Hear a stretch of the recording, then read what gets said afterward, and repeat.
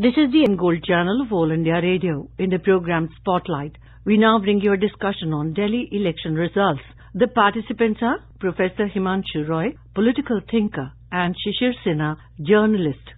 Mr. Roy, which one played a very, very important role in giving this kind of victory to AAP? One was the free transportation through bus, especially for the women. The second one was free water if you are consuming less than 20,000 litre. Then there is a subsidy on electricity. Then the claim on the developing school and health infrastructures. Most important to my understanding is the last one, which a month or two ago before the election, the free travel for the women.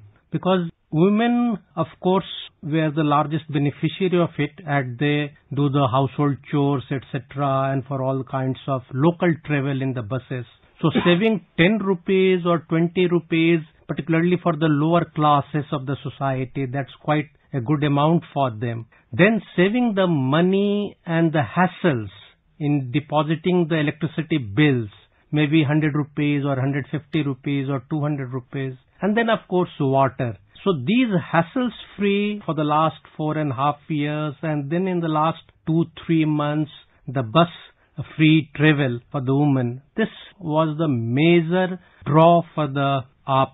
And secondly, I found to my surprise from my students, one of them is doing PhD work on the AAP education policy. His research or finding was that the economically poor section of the society got benefited in the schools as the 25% quota reserved for them, economically weaker sections, that was applied in toto, in letter and spirit. So a lot many of the poor village boys and girls and the students living in the slums around a particular school, they got admission. So these were the factors that sent a very strong message. Of course, Mohalla Clinic was also started, no doubt about it.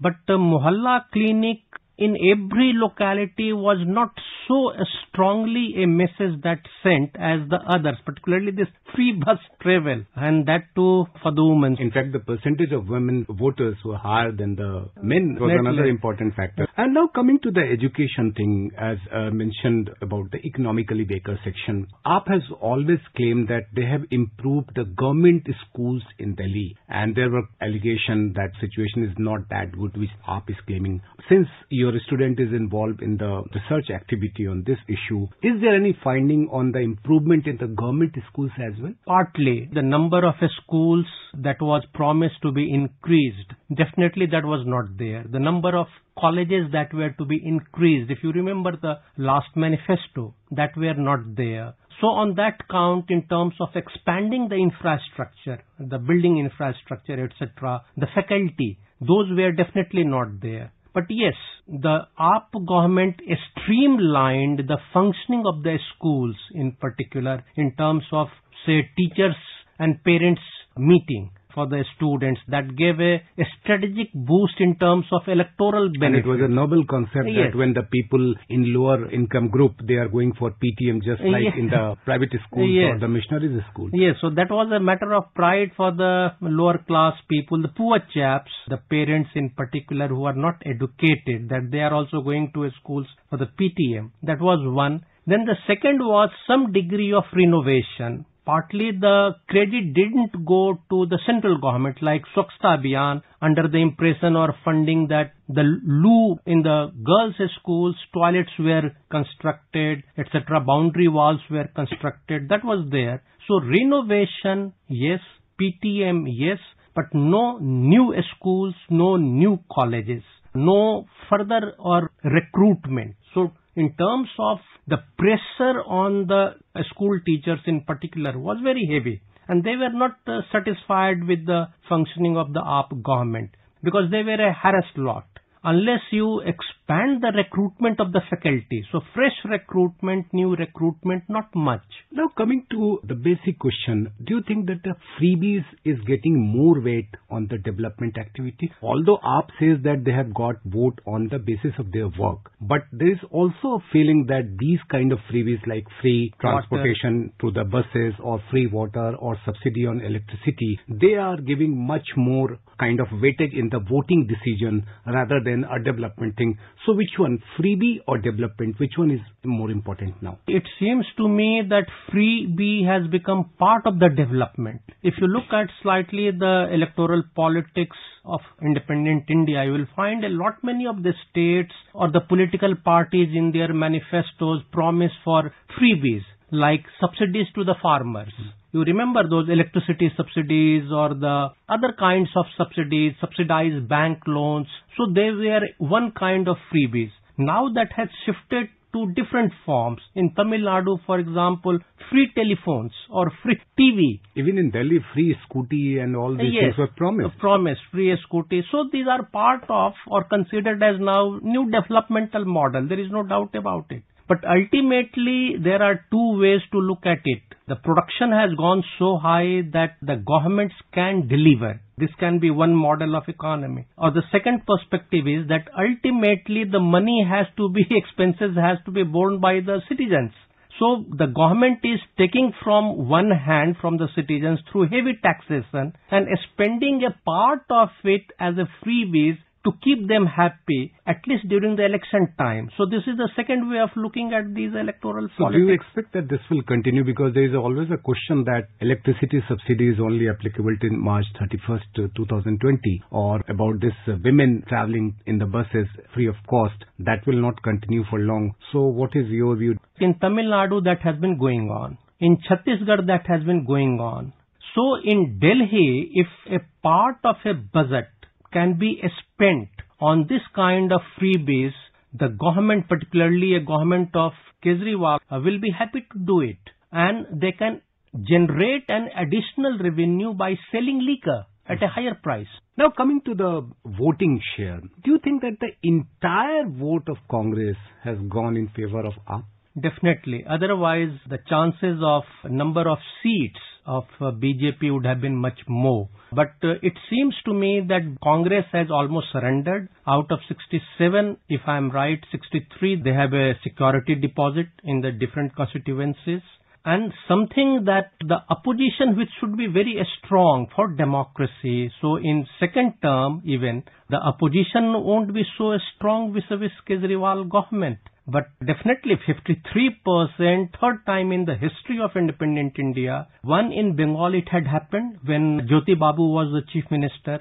Second time when Kejriwal himself was contesting in 2015, and this is the third time. So 2 times Kejriwal, third time that a government has secured majority vote at its own. That's something very credible. But the party which is gaining some strength in some states, if we see state assembly elections, more particularly in Rajasthan, Madhya Pradesh or Chhattisgarh, they got good number of seats. Even in Maharashtra election, they were in a better position. But why they are surrendering in Delhi? Definitely, Congress, the first blunder that Congress did was that it just to neutralize BJP in 2015 or 2014, it supported with 8 MLAs, if you remember, to Kejriwal. And that was the blunder that it committed. It surrendered and then AAP came to power, and now look at this. Instead of fighting, it finally surrendered. 4% and security deposit in 63 constituencies. It means the leadership of the Congress has finally surrendered, indirectly helping the AAP to defeat the BJP. So it's a sort of, I do not know, sadistic pleasure or what, that if BJP is defeated, even at the cost of the Congress, they are happy. This is something very strange. Now coming to BJP, of course their basic vote share seems to be intact, and they were expecting that if it goes beyond 40% of the voting share, then the number of seats will also increase. But that doesn't happen. Why people in Delhi are not trusting BJP, especially after say 8 or 9 months of general election, when AAP was at number 3, BJP was at number 1, Congress was at number 2, and now the situation is quite different in just 8 to 9 months. So where is the issue? The people of Delhi are of different lot, or a lot of urban centers, you can say, since a lot of migrants are here across the different regions of India. So primarily they are focused on the economic aspects and the developmental aspects, not on the other issues. And they are very mature enough. The same residents who voted for 6 months ago for the BJP, the same residents are voting in block almost 53% in favor of Kejriwal. Same Kejriwal lost completely 7 seats in the parliamentary election. So the focus is to them, for the residents, for us in Delhi, that when it comes to center, national security, importance as a country, so BJP or the honest leadership of BJP, which has a credibility. And in states where the development is the prime issues, then let's vote for a party which has already delivered, which has a credibility. Because you remember immediately after taking over in 2015, within next 3 months, he began to deliver, beginning with free electricity and free water supply. So that was the credible point for Kejriwal. Had BJP in the last 4 years delivered what it delivered very recently, the Pakka Makan, the promise is very new. Had that been done, so that would have been another credible point for the residents of Delhi and the Jhuggi Jhopdi Wala in particular, the slum dwellers or the poor chaps. And we also saw many of the voters, especially those who are residing in a government colony, they didn't go for vote this time. The voting percentage was poor in those areas in comparison to slums or some other areas. And especially in, say, Old Delhi, the voting percentage was as high as 70% plus. Selampur in particular or Balli Maran in particular. Yes. Balli Maran had the highest one. But why these government employees, they prefer to stay at home rather than voting for any government? A lot of government servants are in transferable jobs. So they get transferred from one place to another place and they do not renew their voter ID card.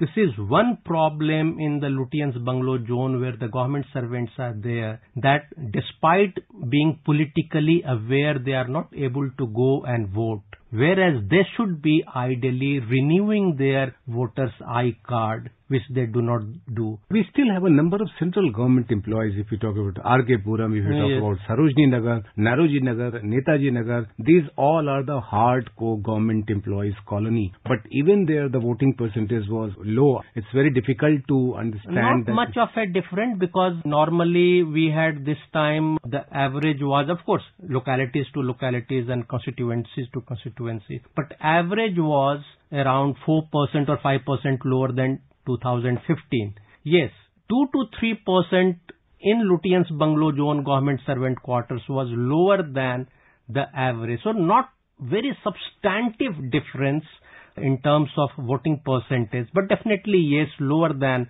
the other regions. But the factors that I found to my research or analysis was this, that lot of these government servants do not renew or change their voting places. Okay. Now coming to the final point, I mean, there are now two big issues: full statehood for Delhi and especially the law and order to be given to the Delhi government rather than center is keeping with himself. And the other was the allegation of Mr. Kejriwal when he was saying that the center is not giving them support which they should get. Do you think that during this tenure, the things will be different or the same kind of a stalemate or the same kind of allegation and counter-allegation will continue? The problem was with Kejriwal's mindset, and better he realized it late, even 6 months after he lost the parliamentary election second time, he realized this fact. The central government cannot and should not leave the police to Kejriwal. The central government should not hand over the central IS officers, etc., the administration into the hands of.